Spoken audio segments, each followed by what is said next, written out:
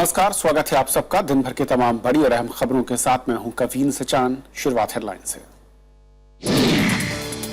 चीन के राष्ट्रपति शी जिनपिंग से सीमा विवाद पर प्रधानमंत्री की महत्वपूर्ण बातचीत, विश्वास बढ़ाने के उपायों पर भी चर्चा। शियान ने प्रधानमंत्री का भव्य स्वागत। नोएडा एक्सटेंशन में किसानों को वापस नहीं मिलेगी जमीन, सुप्रीम कोर्ट का 64% मुआवजा और 10% विकसित जमीन देने का आदेश।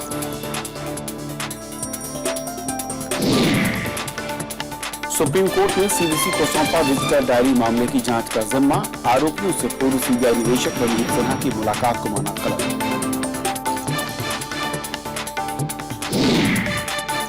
केजरीवाल सरकार के मीडिया सर्कुलर पर लगा स्टे, सुप्रीम कोर्ट ने माना प्रेस की आजादी में दखल, 6 हफ्ते में मांगा जवाब।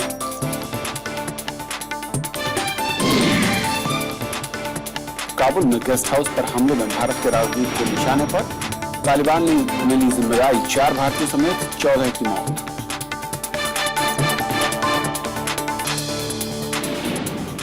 और आइए देखते हैं हमारी आज की पहली खबर।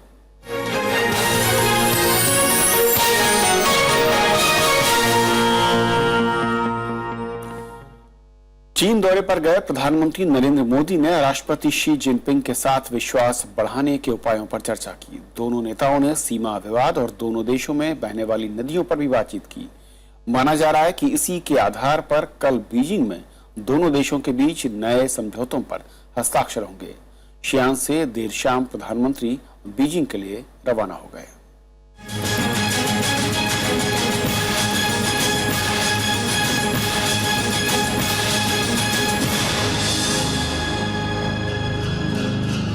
प्रधानमंत्री नरेंद्र मोदी गुरुवार सुबह चीन के ऐतिहासिक शहर शियान पहुंचे। एयरपोर्ट पर उनके स्वागत में चीन के नौजवान झंडे लिए खड़े थे।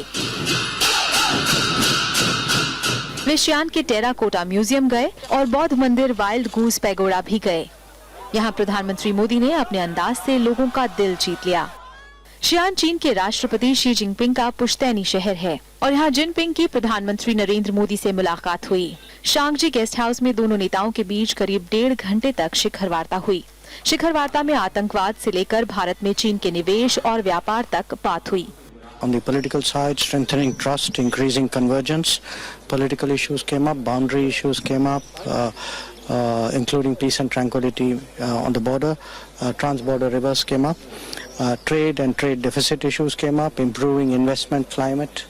There was some discussion on challenges of reform in India and China. President Xi spoke about the miracle of Gujarat, which Prime Minister had done as Chief Minister, and now that he was Prime Minister, the possibilities for the Indian economy.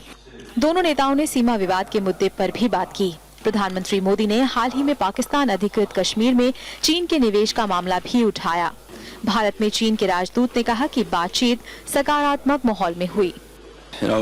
Practical and very important, and both sides expressed their goodwill to deepen our relationship and discussed the concrete matters that of both interests. प्रधानमंत्री नरेंद्र मोदी देर शाम शियान से Beijing के लिए रवाना हो गए। शुक्रवार में बीजिंग में उनकी चीन के प्रधानमंत्री ली केशांग के साथ प्रतिनिधि मंडल स्तर की बातचीत होनी है।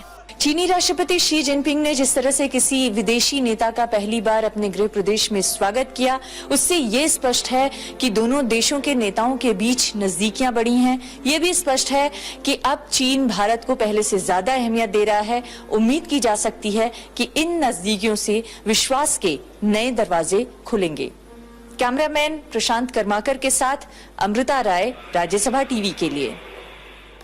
और प्रधानमंत्री की चीन यात्रा और इसके संभावित नतीजों पर हमारी संवाददाता अमृता राय ने टाइम्स ऑफ इंडिया के चीन में संवाददाता सैबल दास गुप्ता से खास बातचीत की।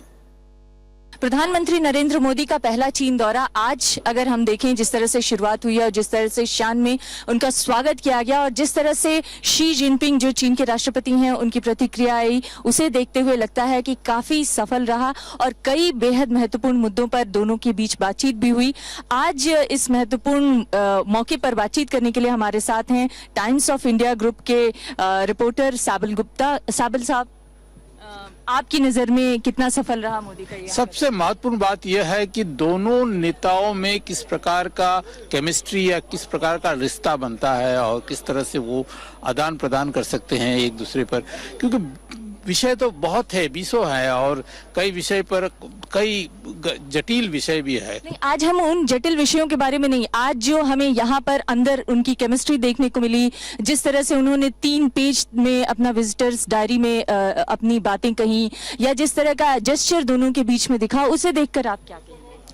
देखिए, पहली बात तो यह है कि चीन के प्रेसिडेंट और कम्युनिस्ट पार्टी के जनरल सेक्रेटरी, वो कम्युनिस्ट पार्टी जो एथीज्म और भगवान में नहीं मानती है, वो एक मंदिर में भारत के जिसके साथ कठिन संपर्क है, प्रधानमंत्री को ले आए और इतनी चर्चा करे और हाथ मिलाए और हाथ पकड़ के चले ऐसे मंदिर में, और वो भी ऐसे साधु के मंदिर में, जो साधु भारत जाकर बुद्ध धर्म लाए थे इधर, तो अपने आप में एक बहुत बड़ा कदम है और बहुत बहुत राजनीतिक कदम है जिसको शी जिनपिंग ने सोच समझ के उठाया है। अगर हम रणनीतिक तौर पर देखें तो भारत और चीन का रिश्ता किस तरफ जाता हुआ दिखता है? जयशंकर ने 20 से ज्यादा मुद्दे की बात करी, ब्रह्मपुत्र का पानी, न्यूक्लियर डील, ये सारे मुद्दे, आप बॉर्डर को छोड़िए, उसके सिवाय जो बाकी के 19 मुद्दे करीब है, वो सारे के सारे इतने महत्वपूर्ण हैं कि एक भी मुद्दा उसमें से अगर सुलझ जाए तो ऐसा लगेगा कि जैसे भारत और चीन में संपर्क बहुत आगे बढ़ गया है। हाँ, तो ऐसा लगता है कि आज दोनों के बॉडी लैंग्वेज से ये लगता है कि वो संपर्क होने जा रहा है। शियान से कैमरा पर्सन प्रशांत कर्माकर के साथ अमृता राय, राज्यसभा टीवी के लिए। तो प्रधानमंत्री नरेंद्र मोदी के चीन के दौरे पर और बातचीत करेंगे, समझने की कोशिश करेंगे अहम मुद्दे कहां पर आगे बढ़ सकते हैं और किस दिशा में आगे बढ़ने की जरूरत है। हमारे साथ हैं खास मेहमान सुरेश गोयल साहब, जो कि फॉरेन एम्बेसडर हैं और चीन में भी रहे हैं। सर, स्वागत है आपका। सबसे पहले अलग अलग तरह की बातें हो रही इस दौरे को लेकर, कई मुद्दे गिनाए जा रहे हैं, आप क्योंकि वहां पर रहे हैं, आपकी नजर में क्या वो बेहतर पॉइंट्स हैं या फिर अहम मुद्दे हैं जिन पर दोनों देश शायद चर्चा करके आगे बढ़ना चाहेंगे? देखिए, इससे पहले 1988 में मुझे याद है कि जब राजीव गांधी जी की विजिट हुई थी, मैं वहाँ मौजूद था।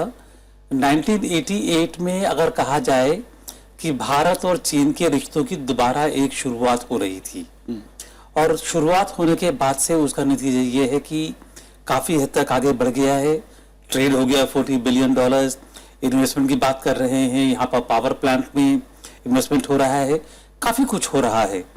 मेरा ख्याल है अब 88 के बाद तकरीबन 30 साल हो गए हैं, ये एक भारत और चीन के रिश्तों की दूसरे पहलू से नई शुरुआत होनी चाहिए, नेक्स्ट स्टेज में होना चाहिए। और वो स्टेज ये है कि both the dragon and the tiger, वो खाली अपने देश तक लिमिटेड नहीं है। ड्रैगन अब खाली चाइना नहीं है, साउथ ईस्ट एशिया में है, ईस्ट एशिया में है, पैसिफिक में है, बोथ स्ट्रेटेजिकली और इकोनॉमिकली। टाइगर खाली इंडिया में नहीं है, टाइगर साउथ एशिया में है, टाइगर आगे बढ़कर के सेंट्रल एशिया में पहुंच रहा है, उनके अपनी अपनी इन्फ्लुएंस है। तो अब जो पहलू है वो ये है कि अगर हम एक स्ट्रेटेजिक तौर पर देखें तो रीजन में भारत और चीन के संबंध में क्या क्या चीजें रहेंगी, क्या क्या एंकर्स रहेंगे और क्या मुद्दे रहेंगे। अब जैसे हम बातचीत कर रहे हैं OBOR की, one belt one road, maritime silk route, उसमें जो सब एक है, अगर देखा जाए तो सिल्क रूट वो खाली पहले चाइना का सिल्क रूट नहीं था। सिल्क रूट चाइना इंडिया को यूरोप सेंट्रल एशिया से जोड़ता था। अब जो नया ये एक कॉन्सेप्ट आया है उसमें भारत की भूमिका क्या रहेगी? तो मेरा ख्याल ये है कि इस यात्रा के दौरान जो अपने जो बायलैटरल मुद्दे हैं, चाहे आप बाउंड्री डिस्प्यूट बोल लीजिए, नदियों की बात कर लीजिए, सब जरूरी है, वो सब होगा। लेकिन सबसे ज्यादा एक जो ओवरऑल पर्सपेक्टिव है वो ये है कि नए ग्लोबल और रीजनल ऑर्डर में भारत और चीन की भूमिका क्या रहेगी। ये सबसे अहम आप देख रहे हैं। ये सब कि खाली ये चाइनीज सेंचुरी रहेगी या एशियन सेंचुरी रहेगी, और ये अगर एशियन सेंचुरी है तो उसमें भारत और चीन के बीच में संबंध कैसे रहेंगे। लेकिन एक और चीज कही जा रही कि जिस तरीके से एक साल के अंदर दूसरी मुलाकात है, ये दोनों ही देश क्या वाकई इस गेस्चर से हम उम्मीद करते हैं, आप लोग बेहतर समझा सकते हैं, क्योंकि क्या गेस्चर ये तय करता है कि रिश्ते किस दिशा में जाएंगे, या फिर नतीजों की उम्मीद बढ़ा देता है, या फिर एक शो ऑफ है जो कि कटसी होती है जिस पर कई बार हम कई कदम आगे बढ़ते हैं और कई बार शायद नहीं बढ़ते। जी, जेस्चर्स बहुत जरूरी होते हैं। अगर दोस्ती होती है दो इंसानों के बीच में, जो प्रोटोकॉल के जेस्चर्स है, दोस्ती के जेस्चर्स है, बहुत जरूरी है। लेकिन उन जेस्चर्स के पीछे जो अपने हार्ड मुद्दे हैं, जो कंक्रीट पहलू हैं, वो तो नजरअंदाज नहीं कर सकते हैं। खाली दोस्ती दिखाने से ये तो नहीं कह सकते हैं कि हमारा बाउंड्री डिस्प्यूट रिजॉल्व हो गया। तो मुद्दे तो रहते हैं, मुद्दे सॉल्व होंगे। जेस्चर होने से इतना जरूर होता है कि एक दूसरे को समझने का बेहतर मौका मिलता है। लेकिन उस समय ये कहूं कि हाँ सारे मुद्दे सुलझ गए, वो मैं नहीं कह पाऊंगा। वो मुश्किल काम है। हम रुक करेंगे इस वक्त अपनी सहयोगी के पास जो कि मौजूद है वहां पर, और लगातार नजर बनाए हुए थी आज दिन भर जिस तरीके से बैठकों का दौर चला। अमृता, दिन भर प्रधानमंत्री नरेंद्र मोदी और चीन के राष्ट्रपति के गृह शहर में कहूं कि मुलाकातों का दौर था, अलग अलग जगहों पर वो गए। जिस तरह का माहौल वहां पर दिख रहा है उसे लेकर हिंदुस्तान में खासी उम्मीदें हैं, लेकिन अगर मैं चीन के लिहाज से कहूं, वहां पर उम्मीदों का जो आसमान है वो कितना ऊंचाई पर है, कितना नीचे है? जी कविंद्र, अगर माहौल की बात करें तो प्रधानमंत्री नरेंद्र मोदी की ये तकरीबन 14 घंटे की शान यात्रा रही, और इस 14 घंटे की शुरुआत सुबह 6:30 बजे हुई। कड़ी सुरक्षा के बीच प्रधानमंत्री नरेंद्र मोदी यहाँ शान के एयरपोर्ट पर लैंड किए और उनकी अगवानी करने के लिए यहाँ प्रदेश के गवर्नर खुद उनकी अगवानी करने के लिए पहुंचे। कड़ी सुरक्षा के बीच उन्हें शांग्रीला होटल लाया गया, और इसके बाद कुछ ही देर बाद उनकी यात्रा यानी उनके एक के बाद एक जो दौरे थे वो शुरू हुए। और सबसे पहले वो टेराकोटा म्यूजियम गए। वो टेराकोटा म्यूजियम जो यहाँ के इतिहास, यहाँ की विरासत कही जा सकती है, और वहां पर तमाम आपने तस्वीरें देखी होंगी। उन तस्वीरों के जरिए आपको अंदाजा लगा होगा कि प्रधानमंत्री ने संभवतः जरूर उसको एंजॉय किया और उस पूरे वक्त को एंजॉय किया। और इसके बाद फिर उनकी कुछ एक दो मंदिरों में भी उनका दौरा हुआ। उसके बाद वो शांग्रीला होटल आए और फिर से वो निकले खुद शी जिनपिंग से मुलाकात करने के लिए। राष्ट्रपति शी जिनपिंग से उनकी मुलाकात हुई, और सांक्षी गेस्ट हाउस में ये जो मुलाकात हुई वो तकरीबन 90 मिनट की मुलाकात हुई। और इसके बाद से ऐसा लगा कि जो रिश्तों की एक बर्फ थी वो बिल्कुल पिघलती हुई नजर आ रही है, क्योंकि इसके बाद जो जनता के बीच में उनकी स्वीकारोक्ति हो या स्वागत हो या उत्साह हो, वो देखते ही बना। और जब वो वाइल्ड गूस पगोड़ा गए तो देखते ही बन रहा था जिस तरह से उनका जनता ने स्वागत किया। उनके बीच में वो जाकर हाथ मिलाए, उनका स्वागत किया गया। यहाँ तक कि सेल्फी भी बहुत सारे लोगों ने ली उनके साथ। और इसके बाद वाइल्ड गूस पगोड़ा में फिर से शी जिनपिंग ने उनका स्वागत किया, और जिस तरह से शी जिनपिंग ने वाइल्ड गूस पगोड़ा में उनका स्वागत किया, दोनों के बीच जो रिश्ते और केमिस्ट्री देखने को मिली, उससे भी हम ये कह सकते हैं कि माहौल काफी गर्मजोशी भरा रहा। क्योंकि दोनों ही नेता, मैं कहूं कि पिछले 1 साल में दूसरी बार ये मुलाकात है और केमिस्ट्री कही जा रही है बहुत अच्छी चल रही है, दूसरी शिखर वार्ता है।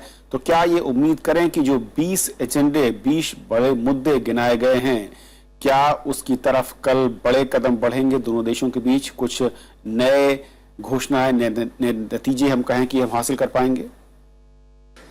देखिए, अगर हम बॉडी लैंग्वेज की बात करें तो बॉडी लैंग्वेज दोनों का सकारात्मक रहा, हमने पहले भी कहा। लेकिन बॉडी लैंग्वेज जिस तरह से सकारात्मक रहा, उसके पीछे एक लंबा बैकग्राउंड भी हम कह सकते हैं। कई दौर की उनके बीच में मुलाकात हो चुकी है दोनों नेताओं के बीच में। और अगर हम सिर्फ 1 साल की बात करें तो 1 साल में दोनों नेताओं के बीच ये दूसरी शिखर वार्ता हो रही है। और इस शिखर वार्ता के जरिए हम जिस तरह की संभावनाएं जगी हैं, जिस तरह की नजदीकियों की संभावनाएं जगी हैं, उससे ये कहा जा सकता है कि प्रगाढ़ता बढ़ी है। हालांकि हमेशा से ये माना जाता रहा है कि दोनों देशों के बीच में यानी चीन और भारत के बीच में कुछ भी प्रेडिक्ट करना बहुत मुश्किल है, प्रेडिक्ट नहीं किया जा सकता है। लेकिन ये जरूर हम कह सकते हैं आज जितना हमें समझ में आया है कि अविश्वास की जो दूरी थी भारत और चीन के बीच में, उसे कम करने की और उसे पाटने की दोनों नेताओं ने अपनी अपनी तरफ से काफी कोशिश की है। और इसकी वजह से हम उम्मीद कर सकते हैं कि चीन को भी फायदा मिलेगा और भारत को भी फायदा मिलेगा। चीन को भारत का बड़ा बाजार मिल सकता है और भारत को राजनीतिक रणनीतिक रूप से काफी लाभ मिल सकता है चीन के इस सहयोग का। जी अमृता, बहुत बहुत शुक्रिया वहां से ताजा अपडेट के लिए। सुरेश, अब एक आखिरी सवाल, नरेंद्र मोदी की अगर मैं विदेश यात्राओं की बात करूं तो सांस्कृतिक जो एजेंडा होता है उसके साथ तो शुरुआत करते हैं या फिर उस दौरे का मुख्य आधार रहता है? यहाँ पर भी कुछ यही दिख रहा है। ये कितना मैं कहूं कि रिश्तों में गर्माहट लाता है या फिर करीब लाता है, भले ही अंतर्विरोध रहे हों या फिर विचारों को लेकर भिन्नता रही हो? मेरे ख्याल है जो सांस्कृतिक संबंध हैं भारत और चीन के परिप्रेक्ष्य में तो खास तौर पर काफी महत्वपूर्ण है। अब ये देखिए कि बेशक अभी चीन में कम्युनिस्ट पार्टी का शासन है, लेकिन बुद्धिज्म के तौर पर अगर देखा जाए तो भारत और चीन ये बुद्धिज्म के मेन सेंटर हो गए हैं।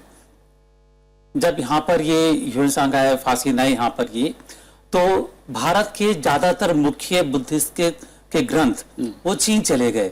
दुन हुआंग में जो वहां पर ग्रोटोज हैं वो ज्यादातर बुद्धिस्ट रिलेटेड म्यूरल्स हैं वहां पर।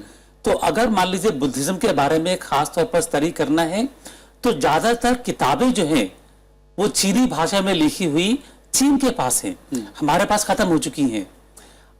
इसीलिए अगर जो ये कहा कि डॉक्यूमेंट्री बनाएंगे फासिन के ऊपर, एक बड़ा अच्छा कदम है ये। सिल्क रूट जो था भारत और चीन के बीच में वो खाली एक ट्रेड रूट नहीं था। सिल्क रूट के दौरान कल्चरल आइडियाज काफी सारे ट्रेवल किए।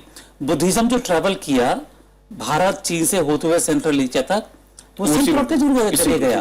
तो मेरे ख्याल है कल्चर, संस्कृति एक बहुत महत्वपूर्ण पर रोल अदा करेगी, जुड़ा हुआ है। हाँ, लेकिन खाली संस्कृति एक आधार बन सकती है।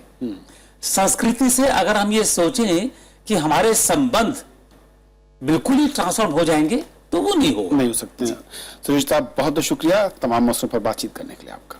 शुक्रिया। तो ये थी हमारी पहली खबर। छोटा सा ब्रेक के उस पार दिन भर की दूसरी बड़ी खबरें।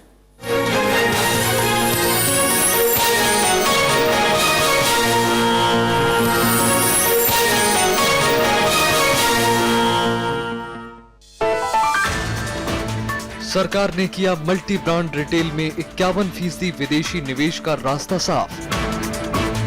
विपक्ष में रहते बीजेपी ने किया था इसका विरोध। देखिए देश देशांतर, रिटेल में एफडीआई, नीति और राजनीति, आज रात 8:30 बजे।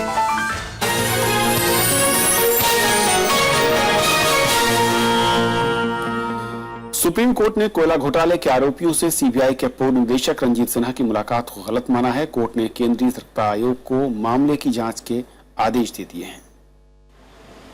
सुप्रीम कोर्ट ने कहा कि सीबीआई के पूर्व निदेशक रंजीत सिन्हा के खिलाफ पद के दुरुपयोग की जांच होनी चाहिए।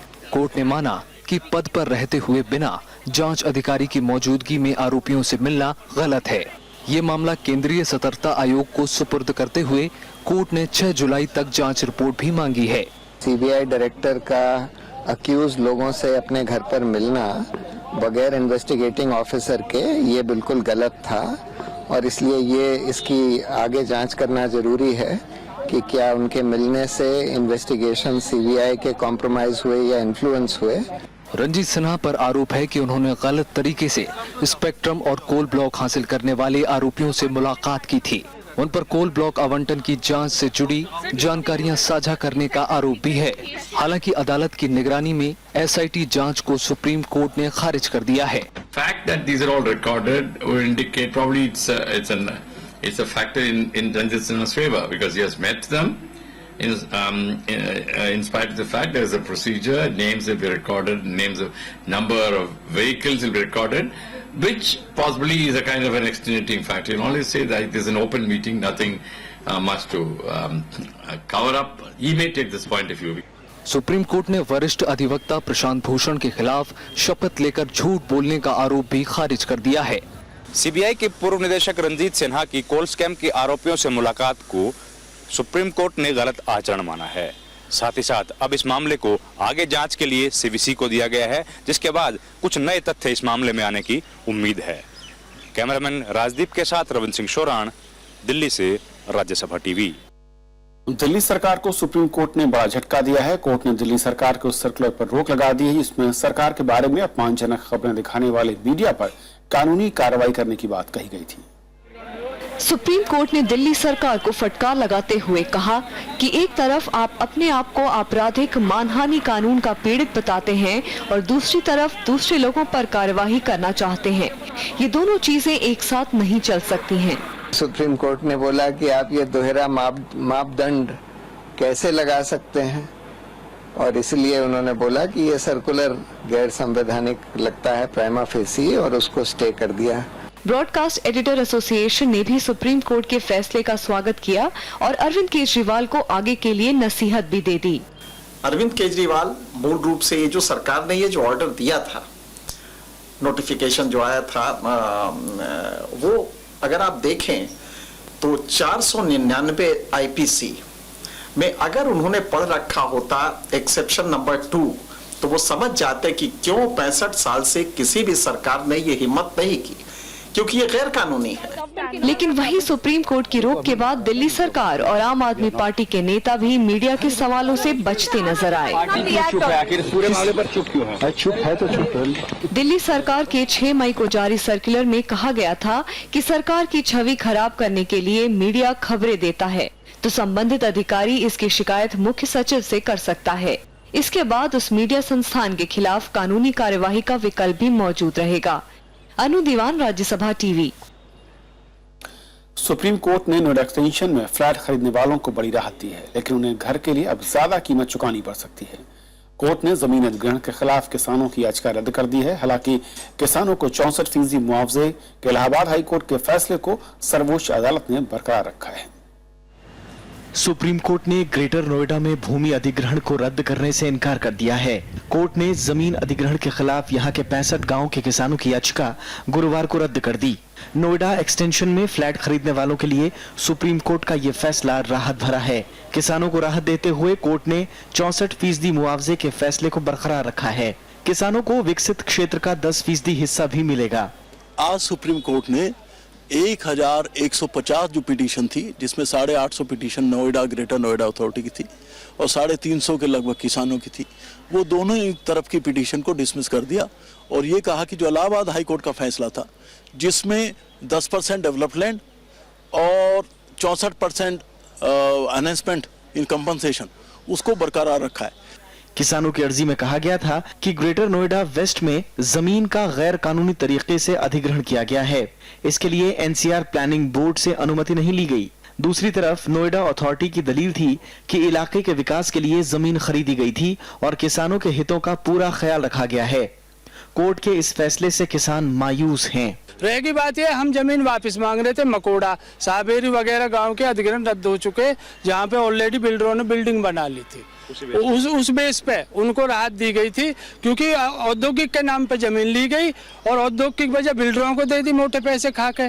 पटवारी का अधिग्रहण हाई कोर्ट द्वारा रद्द कर दिया गया था। हमें उम्मीद थी कि यहाँ से भी अधिग्रहण रद्द होगा। फरवरी में सुप्रीम कोर्ट ने किसानों की अधिग्रहित जमीन में से 10% विकसित जमीन किसानों को दिए जाने के इलाहाबाद हाईकोर्ट के फैसले को बरकरार रखा था। कोर्ट ने दोनों अथॉरिटी की अर्जी खारिज करते हुए कहा था कि हाईकोर्ट के फैसले में दखल की जरूरत नहीं है। सुप्रीम कोर्ट ने अपने आदेश में साफ कर दिया है कि किसानों को इस जमीन पर और अधिक कॉम्पनसेशन अब नहीं दिया जाएगा। साथ ही साथ किसी भी तरह का भूमि अधिग्रहण रद्द नहीं होगा। अब किसानों के पास केवल यही बचा है कि वो इस पिटीशन को लेकर बड़ी बेंच के पास जाएं या फिर इस मामले में रिव्यू पिटीशन दाखिल की जाए। कैमरामैन राजदीप के साथ रविंद्र सिंह शोरान, राज्यसभा टीवी। सरकार भूमि अधिग्रहण अध्यादेश को तीसरी बार जारी करने की तैयारी में है। केंद्रीय ग्रामीण विकास मंत्री चौधरी वीरेंद्र सिंह ने आज इसका ऐलान किया। विपक्षी दल भूमि कानून में बदलाव का पुरजोर विरोध कर रहे हैं। संसद के बजट सत्र में भी सरकार से जुड़े बिल को पारित नहीं कर पाई और विपक्ष के विरोध के बाद इसे संसद की संयुक्त समिति को भेज दिया गया। पहली बार यह अध्यादेश पिछले साल दिसंबर को जारी किया गया था।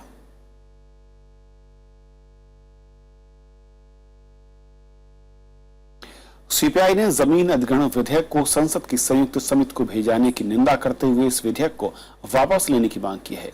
पार्टी ने इसे उद्योगपतियों को फायदा पहुंचाने और किसान हितों के खिलाफ बताकर आज देश के कई शहरों में प्रदर्शन भी किया। दिल्ली के जंतर मंतर समेत देश के अलग अलग हिस्सों में सीपीआई ने जमीन अधिग्रहण अध्यादेश के खिलाफ विरोध प्रदर्शन किया। सीपीआई ने केंद्र सरकार पर किसानों और मजदूरों के हक को कुचलने का आरोप लगाया। ये ऑर्डिनेंस वापस लेना चाहिए ये पूरा ऑर्डिनेंस देश में किसानों के खिलाफ में है। कॉरपोरेट्स का प्रो कॉरपोरेट पॉलिसीज है ये। सीपीआई ने जमीन विधेयक को संयुक्त समिति में भेजे जाने के फैसले को गलत ठहराया। सीपीआई ने कहा कि सरकार राज्यसभा में अल्पमत में है, लिहाजा दूसरे तौर तरीके अपनाकर बिल को पारित कराना चाहती है। ये भी ये जबरदस्ती पास करते थे अगर सड़क पे और पार्लियामेंट में विरोध नहीं होता और अगर राज्यसभा में इनको मुश्किल नहीं आती। अब फिर इन्होंने जेपीसी को भेजा है तो प्रोसेस तो वही लंबी चलेगी, लेकिन उस प्रोसेस में जो देश की जनता के बीच में ये सच्चाई चली गई है। तमाम वाम दलों और बिल के खिलाफ खड़े संगठनों को साथ लेकर सीपीआई सरकार के खिलाफ बड़ा आंदोलन करने की तैयारी में है। जमीन अधिग्रहण विधेयक के प्रावधानों को लागू करने के लिए सरकार 2 बार अध्यादेश ला चुकी है। लोकसभा के बजट सत्र में इस विधेयक को संसद की संयुक्त समिति में भेजा गया है। प्रणव गोस्वामी, राज्यसभा टीवी। सूचना और प्रसारण मंत्री अरुण जेटली ने खबरों को बढ़ा चढ़ाकर दिखाने की टीवी चैनलों की प्रवृत्ति को खारिज किया। उन्होंने दर्शकों की जरूरतें पूरा करने के लिए पत्रकारों की ट्रेनिंग पर भी जोर दिया। सूचना और प्रसारण मंत्री अरुण जेटली ने गुरुवार को भारतीय जनसंचार संस्थान की ओर से आयोजित संचार विश्वविद्यालय की जरूरत सेमिनार में शिरकत की। उन्होंने कहा कि अब समाचार की परिभाषा बदल गई है और खबरों की दौड़ में कभी-कभी अर्थ का अनर्थ हो जाता है। Now, in a shrill debate, the other side of the picture is normally not known. And if the epidemic of shrillness spreads, then channel across channel you'll find only one viewpoint. सूचना प्रसारण मंत्री ने media financing की चर्चा की। उन्होंने कहा कि धन जुटाने में दिक्कत की वजह से वितरण का खर्च अधिक हो जाता है और इससे सामग्री पर असर पड़ता है। Cost of distribution being so high, there is an obvious compromise on the cost of content because the width of the advertising and the quantum of advertising available is almost static or maybe growing marginally. Arun Jaitley ने कहा कि विवादों के जरिए खबरों को बढ़ा चढ़ाकर दिखाने की कोशिश होती है। इस वजह से कभी-कभी गंभीर खबरों को भी जगह नहीं मिल पाती। प्रीति मिश्रा, राज्यसभा टीवी। अफगानिस्तान की राजधानी काबुल में कल देर रात हुए आतंकी हमले की जिम्मेदारी तालिबान ने ली है। इस हमले में 4 भारतीयों समेत 14 लोगों की मौत हो गई थी। हमले में शामिल सभी आतंकी भी मारे गए। इस हमले का निशाना अफगानिस्तान में भारत के राजदूत थे। चीन दौरे पर गए प्रधानमंत्री नरेंद्र मोदी ने अफगानिस्तान के राष्ट्रपति अशरफ गनी को फोन कर हालात की जानकारी ली। तो खबरों के आज के सफर में बस इतना ही। नमस्कार।